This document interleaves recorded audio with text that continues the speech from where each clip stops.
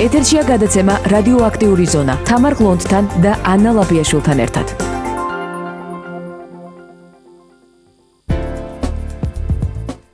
რეკლამის შემდეგ ბრუნდებით პირდაპირ ეთერში, გადაცემის ამ ნაწილში ვისაუბრებთ სულხან მოლაშვილის საქმესთან დაკავშირებით.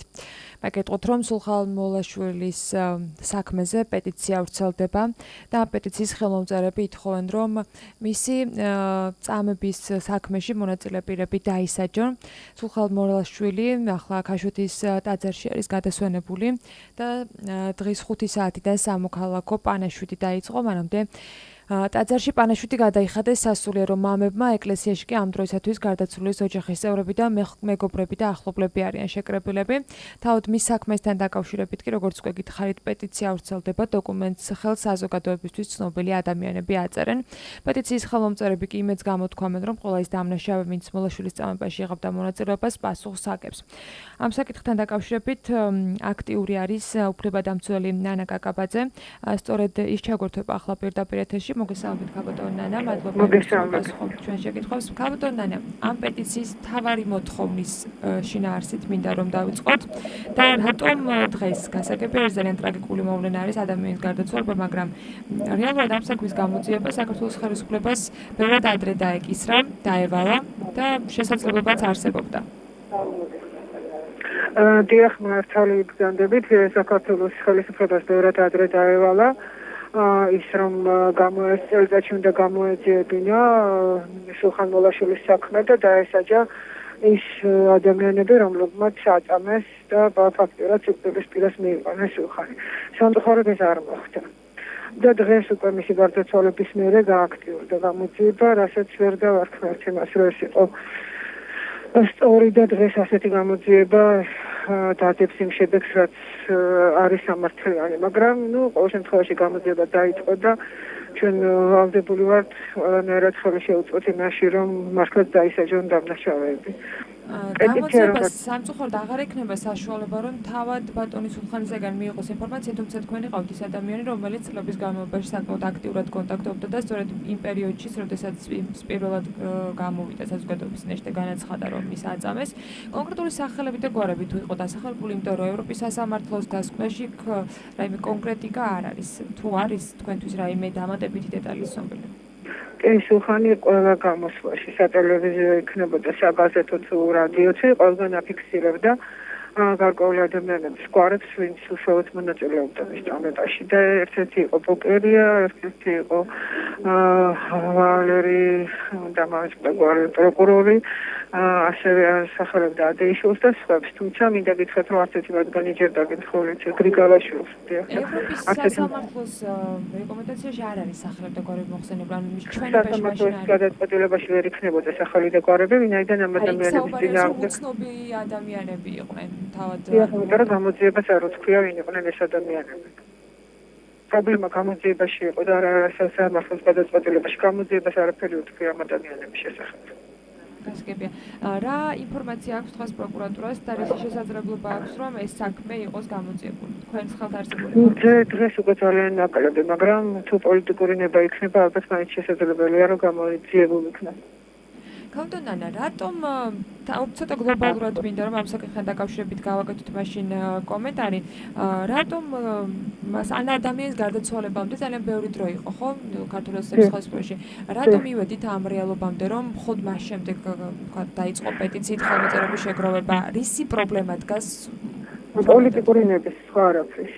რა დაინტერესება არსებობს ამ შემთხვევაში, თუნდაც გავსი გამოძიების გაწევების? ეს არის დანაშაული, როდესაც გამოძიება იწერება და მიმართულად იჭმება დრო.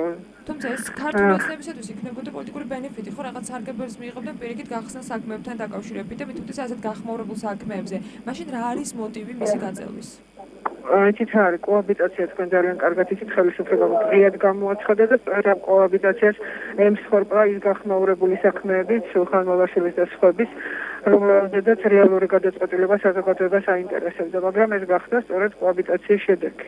კოაბიტაცია იყო პოლიტიკური ნაწილი, რომელიც მიხეილ სააკაშვილის პრეზიდენტობისას გრძელდებოდა, მხოლოდ რამდენადაც თავად ქართული ოცნება ამბობდა, რის შემდეგაც უკვე ჩორგლუ ოპონირების რეჟიმში გადავიდა ერთი პარტია მეორესთან. ფაქტია, რომ ეს არ მომხდარა და ხელისუფლებამ აირჩია თანაარსებობა კრიმინალთან და ეს ასეც მოხდა. ისინი თანაარსებობდნენ ხელისუფლებამ ამით. დასავლური ეგრეთ წოდებული მხარდაჭერა რომელიც არასაკრებად კაპიტანანა, თუ კი თქვენ გექნებათ პროკურატურაში თქვათ მისვლის საშუალება ან ვალდებულება ან დაბარებული თუ იქნებით, რა ინფორმაცია შეგიძლიათ კონკრეტულ ადამიანებზე თქვენ მიეწოდოთ? იცით რა მე შემიძლია მხოლოდ იმის მიწოდება, რაც მე ჩემი თვალით ნახე და რადგან მე და სულხანი საუბრობდით. რაც გულისხმობს რაც გულისხმობს იმ დაზიანებებს, იმ პროცესს, რა მდგომარეობაშიც ის იყო ციხეში და საერთოდ სისტემა, რომელიც არა მარტო სულხანს აწამებდა, იქ მთელი სისტემა იყო, რომელთაც იმართებოდა, წამება იყო მართვის ფორმა პენიტენციური სისტემის. კაპიტანანა, ამ პეტიციით რა დაახლოებით რა რაოდენობის ხელმოწერების შეგროვება არის, თუ კი არის ეს თვითმიზანი, რომ რაიმე ცვლილება შევიდეს თუნდაც საგამოძიებო ორგანოს მუშაობაში. 10,000. და მიზანი? მიზანი არის, რომ ხელისუფლებას უთხრათ, რომ ეს არის საზოგადოების პოზიცია და ეს არის ის კოაბიტაცია, რომელსაც თქვენ ადგახართ. თუმცა ეს არ გახდება გამოძიების თქვათ რაღაც დამატებითი ბერკეტის მიმცემი. არა, ეს არის მხოლოდ და მხოლოდ პოლიტიკური ნაწილი, რომ ჩვენი საზოგადოება ეუბნება, რომ ჩვენი ხმა არის ეს, რომ ჩვენ ვითხოვთ დამნაშავეების დაჟიარს და თქვენ კიდე ის დუმილი და არაფერს კეთება ამ მიმართულებით. გასაგებია, უფლებადამცველი ნანა კაკაბაძე გვესაუბრებოდა რადიო მაესტროს პირდაპირ ეთერში. სულხან მოლაშვილის საქმესთან დაკავშირებით მე შეგახსენებთ, რომ პეტიცია გამოქვეყნებულია, ხელმოწერების შეგროვება მიმდინარეობს, რომლითაც ხელმომწერები ითხოვენ, რომ დაისაჯონ სულხან მოლაშვილის წამებაში მონაწილე პირები.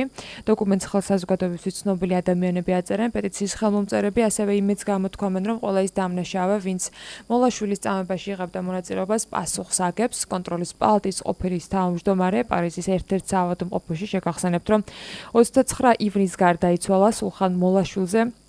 დღეს იუსტიციის მინისტრმა ისაუბრა და თეატრულოკიანმა განაცხადა, რომ მოლაშვილი წინა ხელისუფლების მსხვერპლია და სამართლიანობის აღდგენის პროცესი ამ საქმის გამოძიებასაც უკავშირდება. თუმცა კითხვა იმასთან დაკავშირებით, რატომ არ მოხდა თუნდაც სიცოცხლის განმავლობაში სულხან მოლაშვილისგან დამატებითი ინფორმაციის მიღება, მით უმეტეს, რომ როგორც ნანა კაკაბაძემ რამდენიმე წამის წინ ჩვენთან ეთერში განაცხადა, გამოძიებას არ ჰქონდა სრულყოფილი ინფორმაცია თავად მოწმის მხრიდან მიღებული, თუ კი ის მედიით კონკრეტულ სახელებზე და გვარებზე საუბრობდა ევროსასამართლოს მხრიდან იმ გადაწყვეტილებაში, რომლითაც დაევალა საქართველოს ხელისუფლებას, რომ კომპენსაცია გადაეხადა წამების მსხვერპლი სულხან მოლაშვილისათვის. სახელები და გვარები დახსენები არ არის და იქ აღნიშნულია, რომ მისთვის კონკრეტული პატიმრისათვის უცნობი 3 ადამიანი ახორციელებდა მას ეწოლას წამების ფორმით.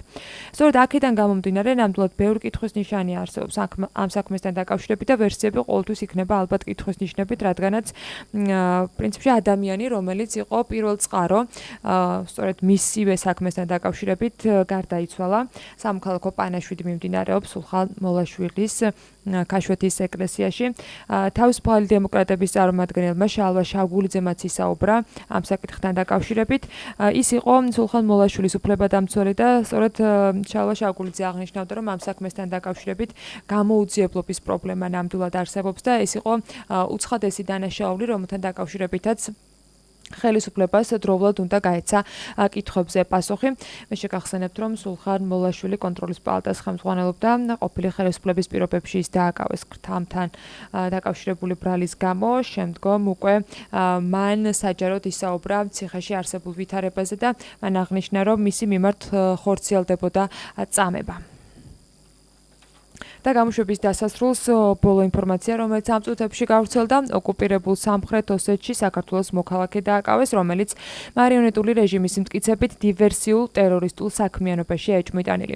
დაკავებულია სოფელ დისევის მკვიდრი 1987 წელს დაბადებული გიორგი ლევანისძე გიუნაშვილი. ოკუპირებული სამხრეთ ოსეთის ეგრეთ წოდებულ სახელმწიფო უშიშროების კომიტეტის ინფორმაციით დაკავებული 2004 წლიდან იღებდა აქტიურ მონაწილეობას ქართული სპეცსამსახურების კონტროლირება ეხება უკანონო შეიარაღებულ ფორმირებაში ცხინვალის რაიონის სოფელ დისევის ეგრეთ წოდებულ თავდაცვის ჯგუფში.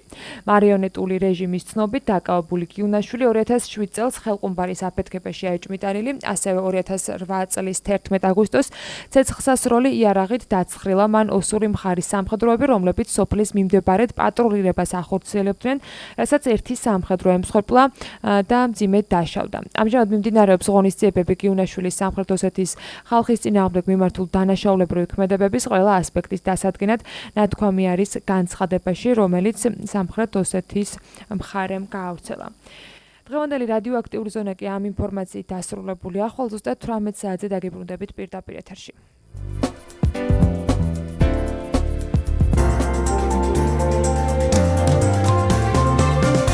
ეთერში იყო გადაცემა რადიოაქტიური ზონა თამარ გლონდთან და ანა ლაპიაშვილთან ერთად.